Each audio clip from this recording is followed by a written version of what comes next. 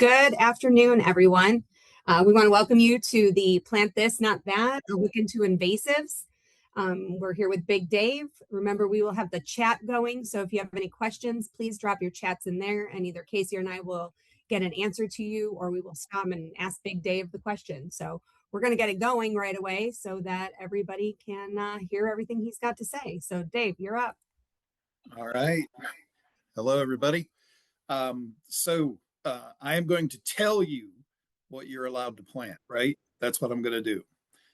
No, I am going to try to help you navigate through what is turning into be quite a quagmire between the states of what you can and can't plant. So this isn't so much a talk about natives, which you got from Tim last month. So hopefully all of you got to see that. We really believe in natives. We have a strong program with American Beauties, but this is about what else can you do? What's happening? Why is it happening? What's going on? How do I know? How do I do these things? Every state is different. There is no rule book that says, okay, if you're going to make this plant invasive or a plant that you're not allowed to plant, or we're going to recommend that you don't plant. Every state does it differently.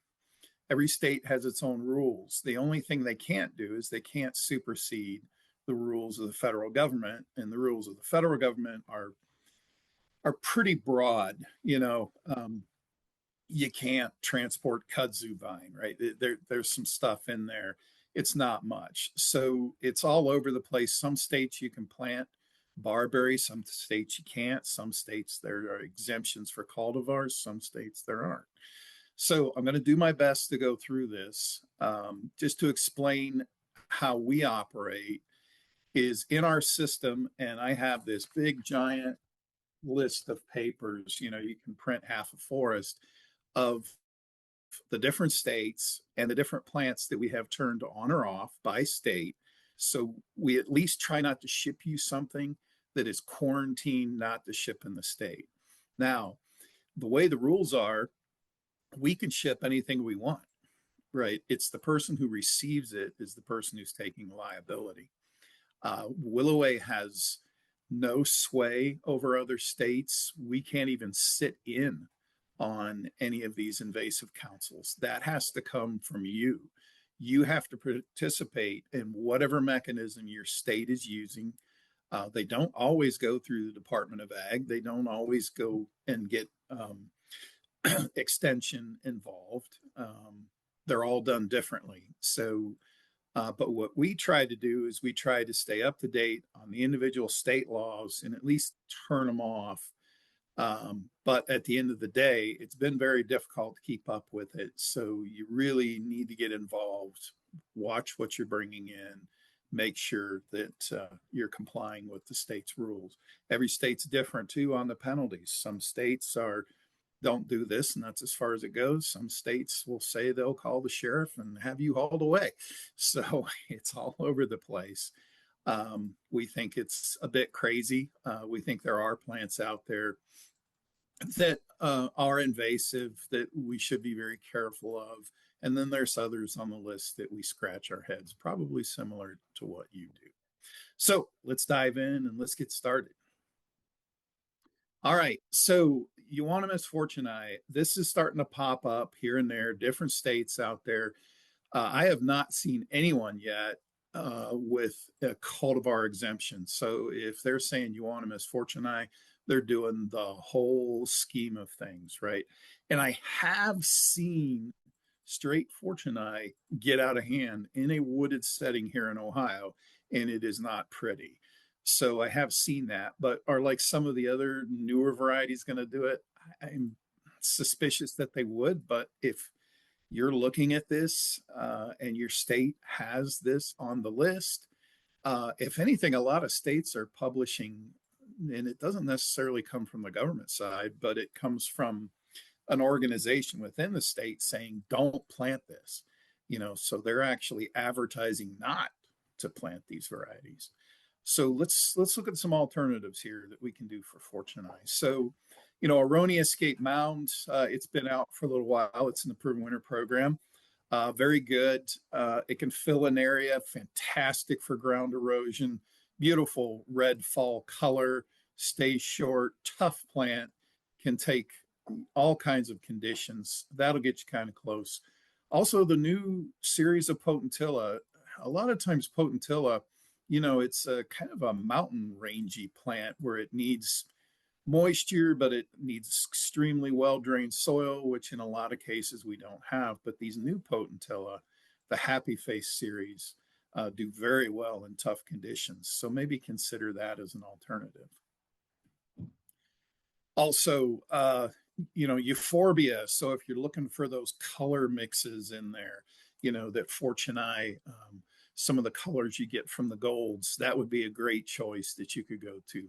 Astilbes, we put spirit in here, but my gosh, the Astilbe range that you can get of flower color, the Astilbes are going to take some shade. The same with the Heuchera.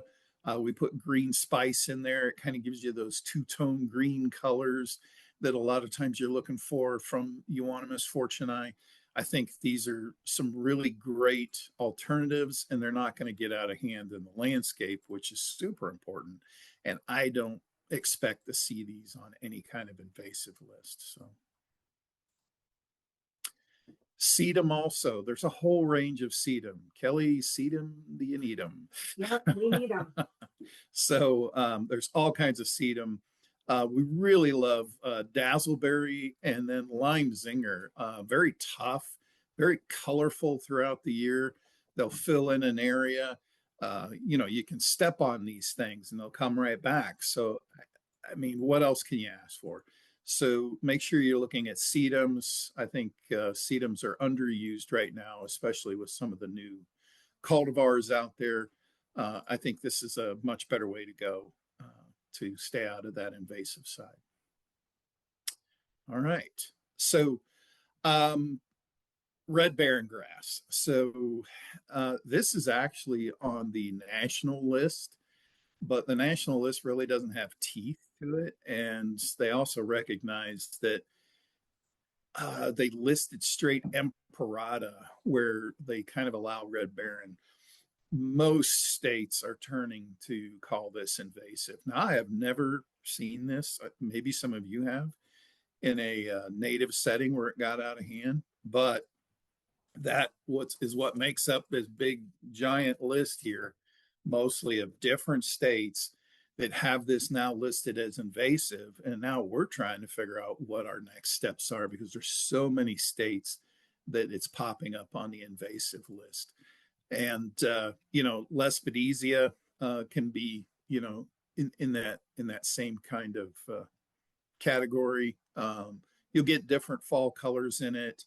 It might help you there. Let's go ahead and go to the next slide. These aren't perfect matches for it, but for Lespedeza, you have some other alternatives. Maybe you can consider a hydrangea to get you some of the color. Hyssop is really cool. I think that's underused. So, and Candy Girl can also really, you just have to look at the restrictions. Mostly this is restricted out west, but Candy Girl does not get invasive like straight Lespedeza does. So this might be a great choice if you really want to have Lespedeza. So Dave, before we go on to the next one, are there any sedum that are resistant to slugs and pests?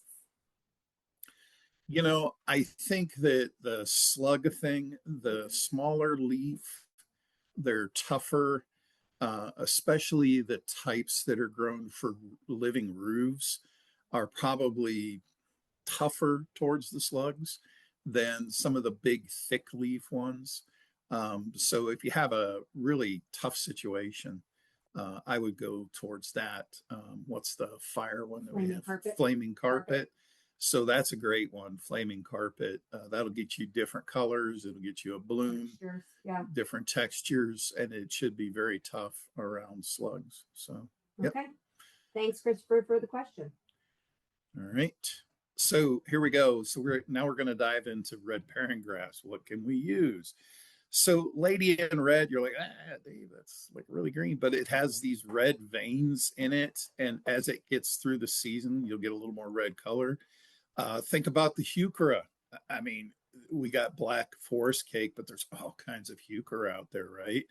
I think that is a fantastic option for bloodgrass.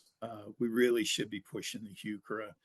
And I don't particularly care, you want my opinion, I don't particularly care for uh, bloodgrass.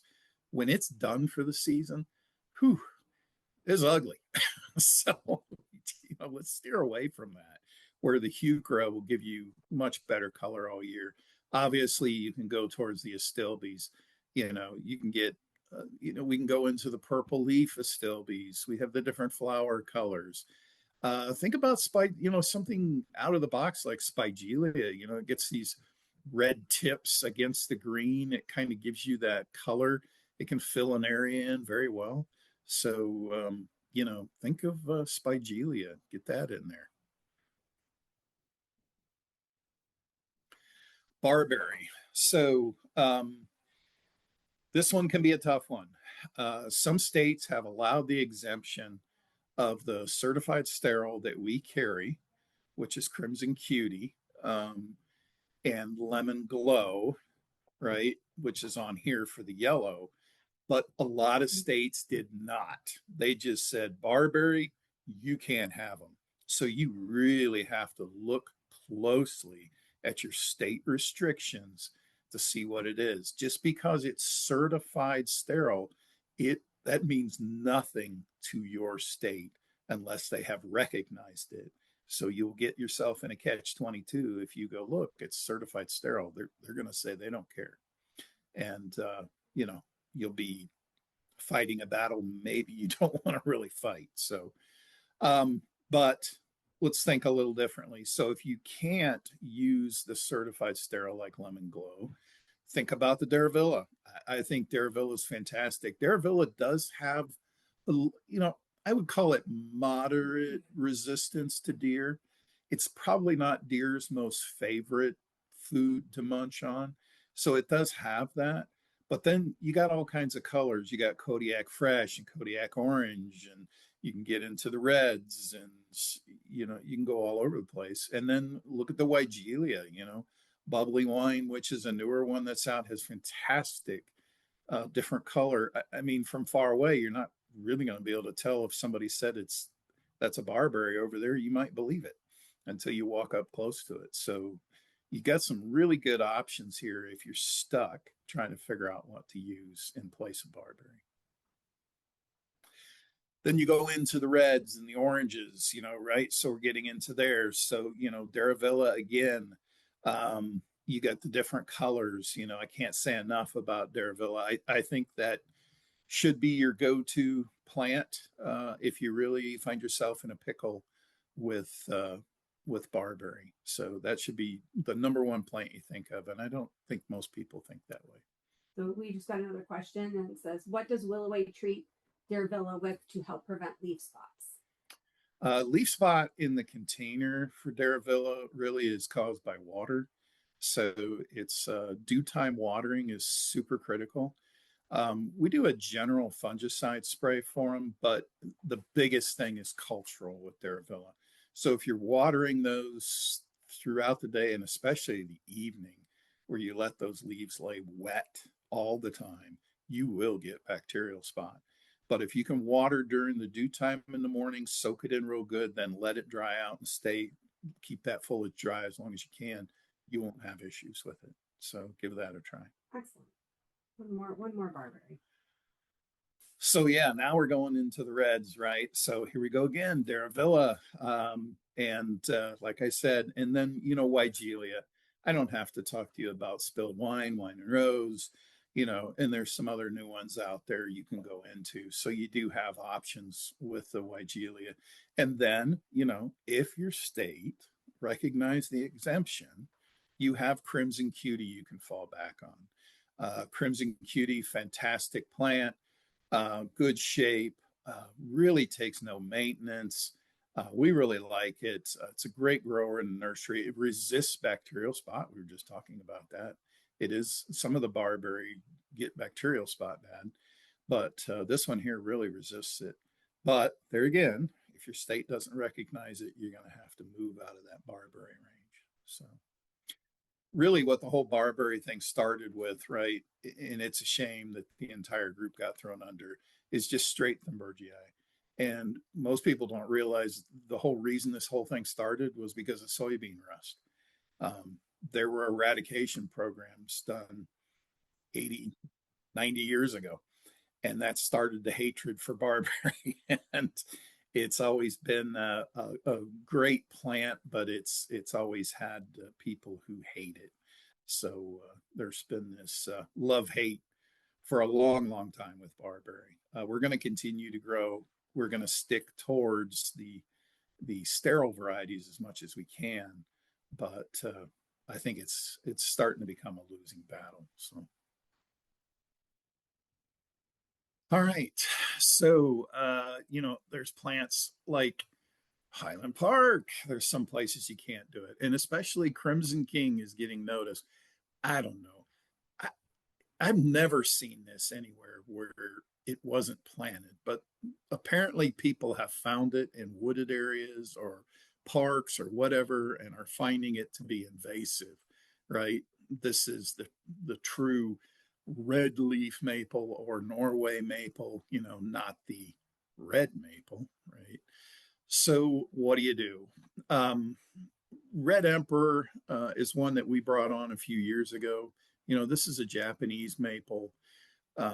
It's not going to be a huge shade tree, but it does get fairly big. You're going to be pushing 25 feet or so. So you could get some moderate shade from it. It's probably one of the biggest Japanese maples on the market.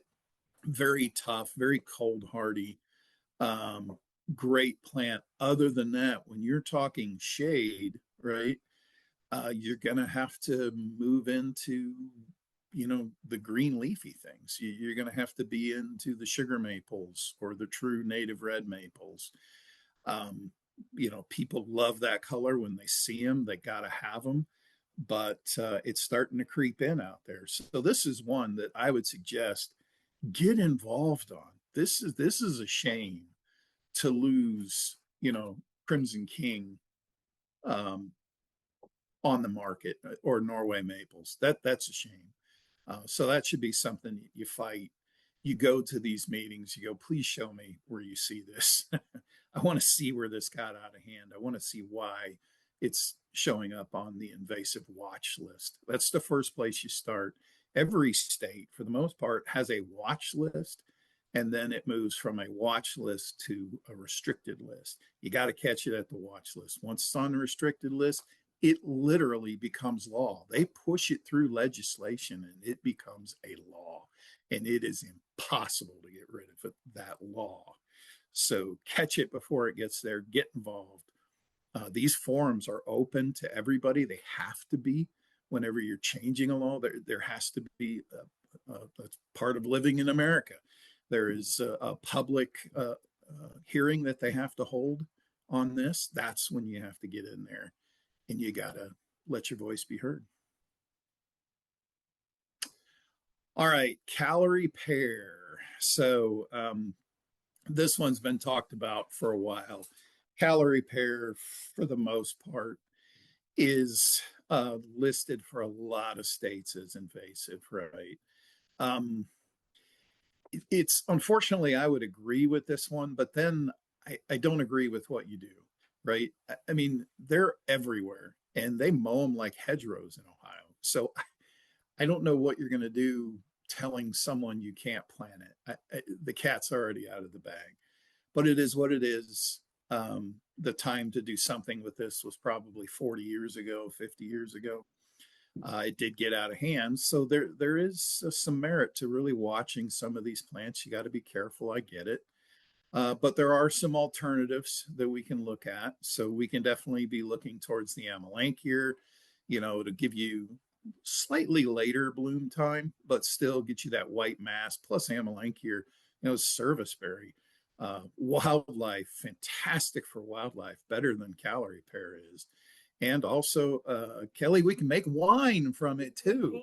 Yeah, and it doesn't smell like as bad as a Callery pear smells. yeah. So we can make some Willoway wine. So, but yeah, serviceberry, great plant. And then we get into the reticulata, the ivory silk. So that is definitely a much later bloomer, but it still will give you the same shape, kind of the street tree feel that a lot of people went for. So make sure we talk about that. Yeah, this is that Callery pears all over neighborhoods. Yeah. All new installs. We're using those for a long time. Yep. And keep going on Callery. We've pushed for quite a few years when we saw this is one of the first ones. I don't know, it was probably 15, maybe even 20 years ago. They pushed to have this invasive in a lot of states. So that's when we brought some of these varieties on. We continue to keep looking for that shape. So spring snow is a fantastic crab apple that has a good shape. Sugar time's another one. It doesn't get too wide. And then I threw in here for a little bit of fun, but give it a try. All right. I am an Asian pear fanatic. Love them, love eating them. But the ornamental value for the Asian pear, especially the large ones, like Olympia and other different types, those bloom heavy, and they bloom at the exact same time as Callery pears blooming. And the Asian pears, for the most part, are very upright growing. So that is perfect. I mean, it's blooming roughly at the same time. It's giving that, and you're going to get some fruit from it. And out of all the fruit to grow, especially the Asian pears are the toughest. They resist different insect attacks and all kinds of scab and scaling. And so, really, when you're working with a homeowner, it might be something worth mentioning. See if they would be interested in that. At least they would give them the bloom the same time and everything. And hey, you'll have some fruit to pick. So that's fun. All right. So there's one on here that shouldn't be a surprise. So Arundodonyx. I still have Arunda in my yard. Yeah. So maybe the sheriff will be stopping by and throwing me in jail, but I do enjoy it. Yeah, you got to be careful with it, but as long as you have a plan in the landscape, it's fine. But the one that's extremely concerning is Gracilis, right? So you got variegata and you got straight Gracilis and you have others. It is popping up hard on watch lists, and we've already seen some states put this down as invasive. Two of the states threw it up there with no chance of having a exemption for it, right? We do have a certified sterile. It's called Scout. It's the first one there. But if they don't recognize that as an exemption, it's all Miscanthus. I think this one's going to happen fast, and I need everybody's help on this. Everybody on this webinar needs to be talking to your state, whoever you need to be talking to, and you need to get involved or you will lose this. It will be gone. It's strange how sometimes these things happen, but it seems like a lot of the states are coalescing and working towards getting rid of this. There is no true perfect substitution for this, right? I do have some here. You can go towards some of these new ones like praline and cayenne. It's not Gracilis, they are upright, they're a little bit bigger, but they're halfway between like a Hamlin grass and a maiden grass. So they're halfway in between. I know that some of the big grass breeders like Hoffman, they're out there trying to push on this, trying to find something that will work as a substitution. So this slide here, out of any, is my cry to action. I need you out there. I need you fighting this. We're going to fight it hard here in Ohio. If you need help, if you need documentation, anything like that, more than happy to work with you. You can always reach out to Kelly. You can reach out to me. on any of these types of issues, but don't just sit back because they'll take it away. Some more. So we got some more choices. I throw Shishikarium because I like saying Shishikarium. So love it. I do like the grass. It's a little different. And, we have a few others, Shenandoah. These are, what I call open plumers, very open flower, not the same, but the height is very similar, can fill the area. If you want to grow true native, right? Cape Breeze is a native, and so is Northwind. Pure native, 100% all the way. A little bit bigger grass, probably not again quite as big as Gracilis, but can fill an area in. Will look good. If you're stuck and you have to go that way, try these. Real quick, I gotta jump in. One back to the Asian pear. Do they have branching issues? No, not well. So yeah, with the Asian pears, I would go towards the larger types like Olympia, things like that, because they had to have been bred to really hold up the large fruit, right? So it just kind of went hand in hand. Some of the other pears, right, will grow more vertically, even though if they're the smaller type of Asian pear, maybe be a little careful if that's what but if you go, there's a whole bunch. There's one called Gigantus. There's one called Emperor. There's one called Olympia. There's all kinds of them out there. Go towards the ones that are a little bit bigger, and definitely the ones that are the Asian type pears. They seem to have the better branching than the standard pears do. And the other question is they asked, who do they reach out to for this? Who should they reach out to if they're trying to, like with the grasses and stuff? From your state level, if that's the question, I would start with your organization, your state organization. So is it landscape and nursery, PA, New York, whatever?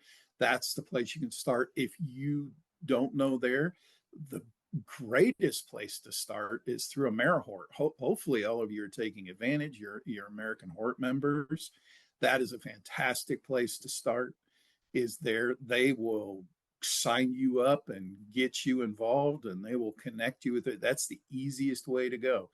Other than that, you're going to have to work with your local inspectors. Now, they're not particularly there to probably help you. They're there to enforce, but at least you can learn some things from them. You can get lists from them. You can start there.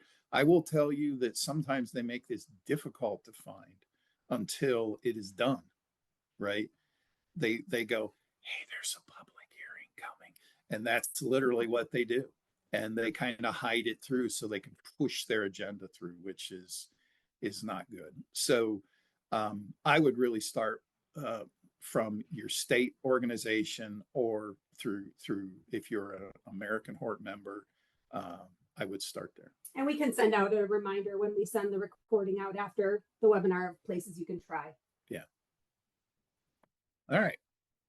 So the dreaded Euonymus. I'm not talking about winged Euonymus, right? Winged Euonymus, we all know you can find it, but there are some places that are saying you can't even have compacta, which I think is terrible, but that's what they're doing. So if you get caught in that type of situation, let's go with Fothergilla.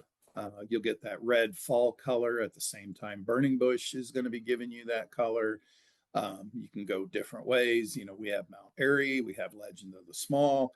And then if you want to get a little bit more different, you can look at Salix Winter Torch. This is a new one that we kind of brought on. We kind of brought it on because it kind of fits this kind of mold of burning bush, It could make a wide hedgerow. You can plant it as a specimen, whatever you want to do. But it has those great orange to red stems through the winter. So that's extra, right? Because burning bush really it's just kind of brown stems in the winter. And it does get kind of a reddish brown fall color on the foliage. So there's different ways you can go here for. What about an Itea? Itea would be great too. ITEA is another one that would be fantastic. All right.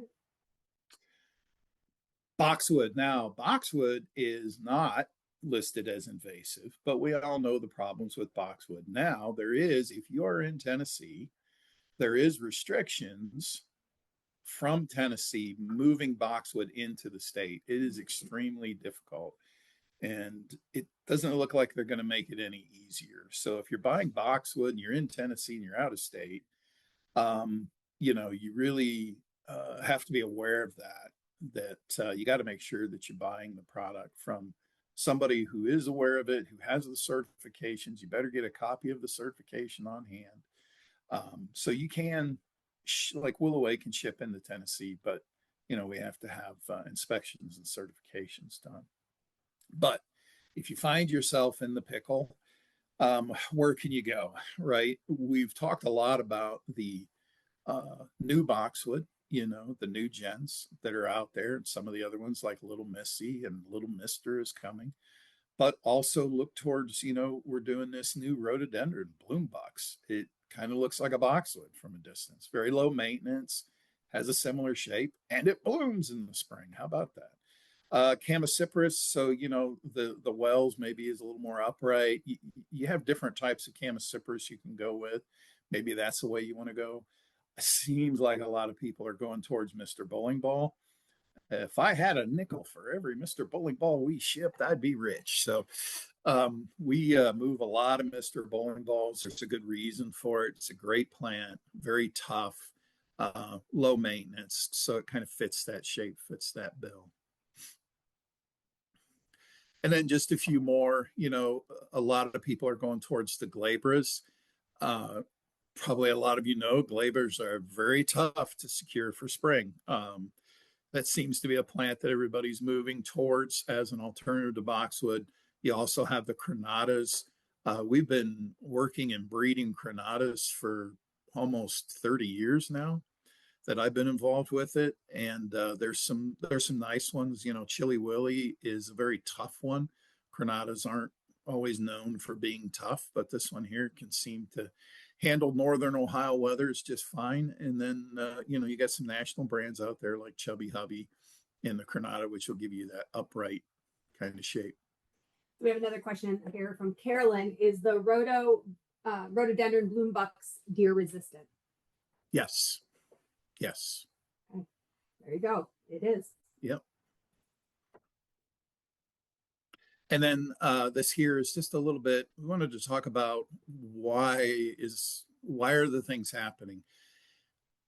Really, what's really happening with a lot of boxwood that we're seeing in the landscape right now, people are blaming it on boxwood blight. It's possibly not blight, but it is leaf miner. We have definitely been watching leaf miner, really was kind of Virginia range, kind of zone 7 range. It has moved and adapted very rapidly. It is now in central Ohio. So it is now a solid zone 6 pest. So a lot of times, and you can see this middle picture here, a lot of times when you're looking at the damage, you go, oh my gosh, I got boxwood blight. Well, you maybe, but you could also have leaf miner. You could also have other stresses that are causing disease. The cool thing about the new gen is that it was originally bred for leaf miner resistance. So it has great resistance to that. It also resists other diseases like macrophoma and volutilla. So those have been around forever. And then obviously the boxwood blight, it does very good on. Still looking for something that's the silver bullet for the box tree moth. The only good thing about box tree moth is it is easy to kill, but you have to see it, because if you miss it, 48 hours later, you won't have a boxwood. That's how rapidly they hatch and feed. And it's really the caterpillar stage that's doing the damage. So, but I will tell you, we are working with breeders. I am excited to see what they have with actual resistance to the tree moth. So that's exciting. We are years away from that, but that's what I can tell you on boxwood. So you have some options. really figure out what your problem is in your area and attack it from that point. Don't just assume you have the boxwood blight, or you have something else going on. Make sure you know what it is.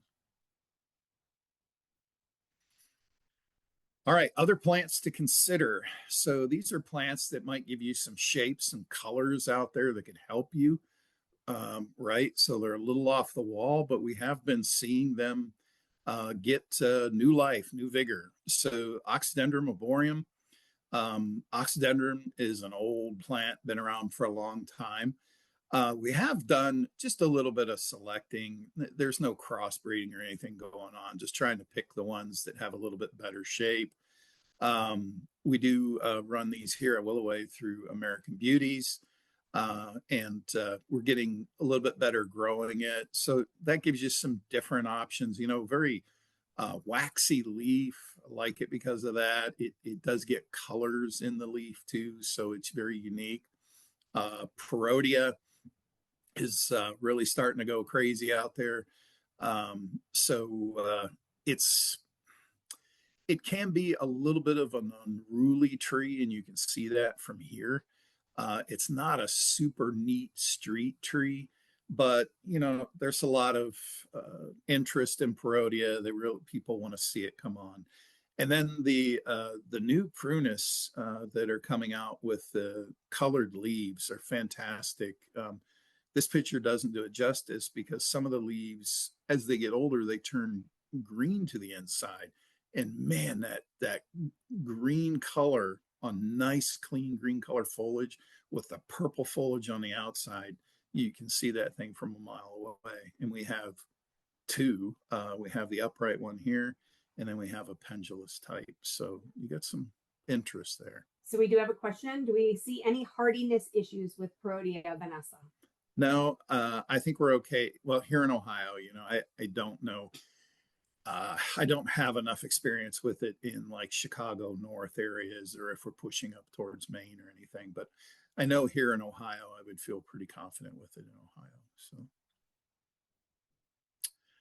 some other plants kind of give you some of these unique shapes to work some of these areas. So Regal Prince is one that we brought on. Very formal, upright, columnar. We have a huge one in the landscape here. If you ever come here at Willoway, the parent plant too, it's fantastic. It's probably 30 years old, and it's huge, and it's very columnar in its habit. We've talked about this one before, Iceberg Alley. This is a willow. It doesn't look like it. It's got a fuzzy leaf. It's got that color. It fits the native category, really.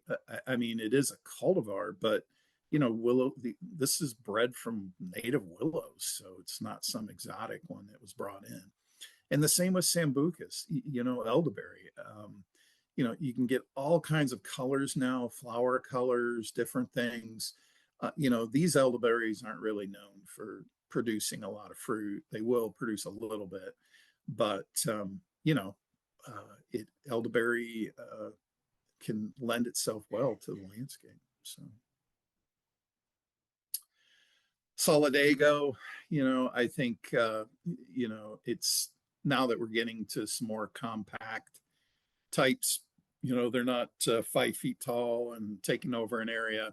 So, and that gives you, kind of the native look, but gives you that nice yellow orange color, very tough, true native.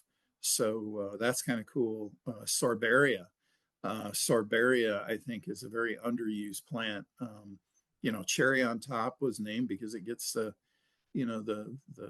sorghum, or not sorghum, but sumac looking spike on it. That's bright red and velvety. It almost looks like deer antler velvet, but it's red. And that contrast, and it does get a little bit of red in the leaf and in the bracts of the leaf. And Stokesia is another one that I don't think a lot of people use that they should. It checks off a lot of boxes, can fill in an area, very tough, and has great flower.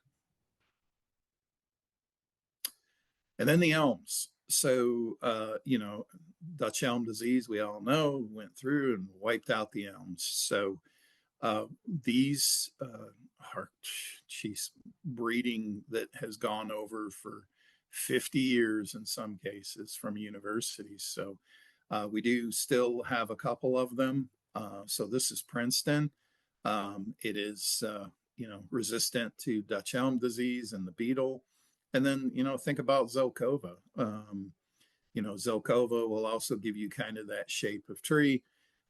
It's kind of a vase shape, but very tough, very adaptable, easy to grow, checks off all the boxes. So this is the part where I get to scare the crap out of you. Are you ready? So these are plants that I am fighting with, and we have staff members fighting. I need you all to fight the fight because butterfly bush is on the list, and there are no butterfly bush today on the market that are native or sterile or any of that. And some of these groups are saying that they want to see butterfly bush gone. That would be a huge shame. Same with digitalis. They're saying that digitalis is getting out there. I don't know. I've never seen either get out of hand. Somebody will probably make me a liar and send me a photo. But those are on the hit list. So we're watching that. And we do, with these lists, we do work with breeders and we go, hey, we see this problem coming. I feel confident on butterfly bush. We can probably come up with some varieties over the next 5 years that are fairly sterile, but would a state allow it as an exemption?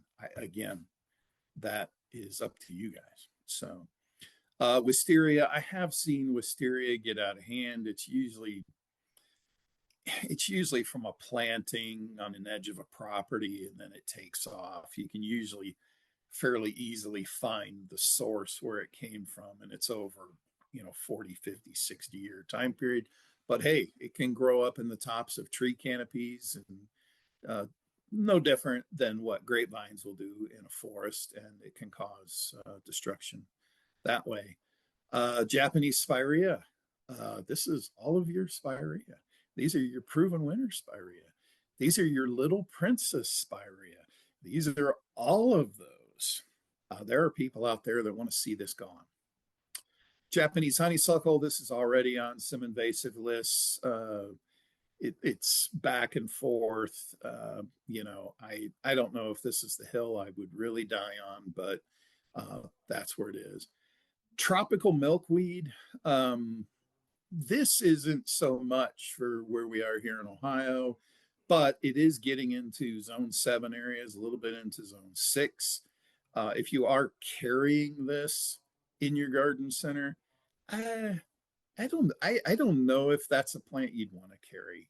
That I probably wouldn't carry it because I think there are better options for our zones. But it is very pretty, and I guess from what I hear, it can get out of hand really, really fast. And then, like we talked about, Miscanthus sinensis, that would be a horrible day if we saw this get out of hand.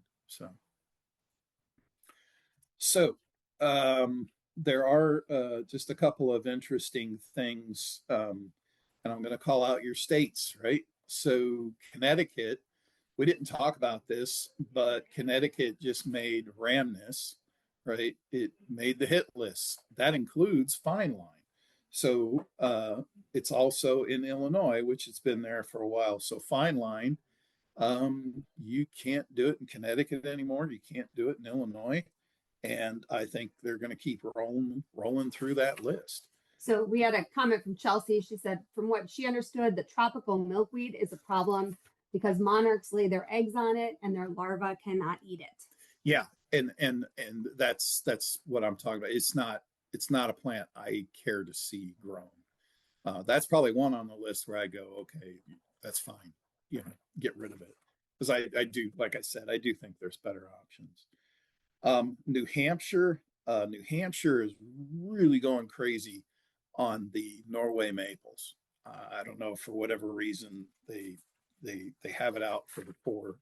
Norway maple. New York has a huge list now of all the barberry basically, but they listed it by cultivar, which at least do that. Don't say you can't plant any barberry. And in New York, you can plant they did make exemptions. That's a state that is, I think, trying to do the right thing, but they also just did fine line. So you can't do fine line anymore, which I do somewhat agree with straight Rhamnus esplenifolia, but fine line, I haven't seen that be an issue. Um, Canada has a huge list, but I'm not going to talk about Canada. You know, PA has gone hard after the barberry as well. And most of these states that I've already mentioned, they all have, you know, bloodgrass, red emperor, or red barren grass. So, and then the Tennessee thing, which we talked about with the boxwood, that's really not about invasive. That's about, they just kind of want to close the state off and keep that from happening. And West Virginia just hit hard with, they came out with all the barberry, you know, so they're closing down barberry. They made no exemptions. So that is a instance where the state did not allow for the Crimson Cutie exemption, which is university certified sterile. They said doesn't matter, all barberry. So that's what I know. Hopefully I didn't confuse you too much, because I get confused a lot with this going back and forth. And I do try to fight the fight. I just need more people to get out there. They're going to listen to you in your state. They're not going to listen to me in Pennsylvania. They're not even going to let me attend. Usually these things are closed to, you must be a citizen of the state or wherever to be able to attend these things. They're not open to just anybody.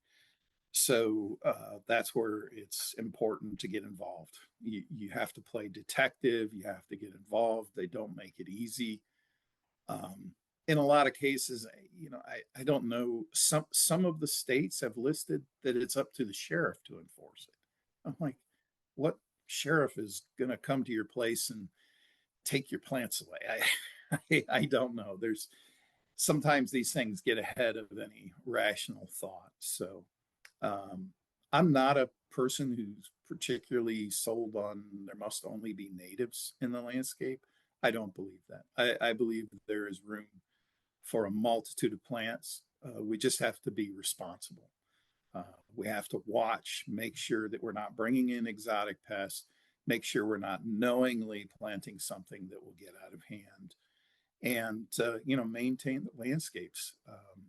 I think if we eliminate too many of these things, we'll be back to growing grass. It's the main thing in our yard, and I don't think that's the way anybody wants to go.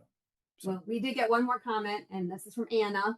And she said that she believes that a lot of the issue with tropical milkweed is that it doesn't die back. It carries a parasite that infects the monarchs, and then they carry it back to other populations. So the parasite is called the OE, which it's a long name. I'm not going to even try to say that. I had to look it up. She said it causes deformed wings, reduced lifespan, etc. So we'll make that one go away. Another nail. We do not grow that. Yep, so and we don't recommend. So there's another vote for a no. And there are reasons to not grow certain plants. So very good. All right. So we have another big fun announcement that's starting. Our next webinar will be St. Patrick's Day on March 17th. It's a Tuesday, same time frame, 2 to 3. And Dave is going to be talking about beautiful spring, early bloomer, early color. And I'm going to be drinking green beer. I'm going to have a big stein of green beer. No. All right. Just checking. So, all right. That's what we have for you today. We kept it nice, short, and sweet, 50 minutes. Thanks for joining. And Carolyn said, thank you. This has been most helpful, Dave. So we love your wisdom. But we will get this recorded, and we can get it sent out to the group if you have people you'd like to share it with. So thanks for joining us. See you soon.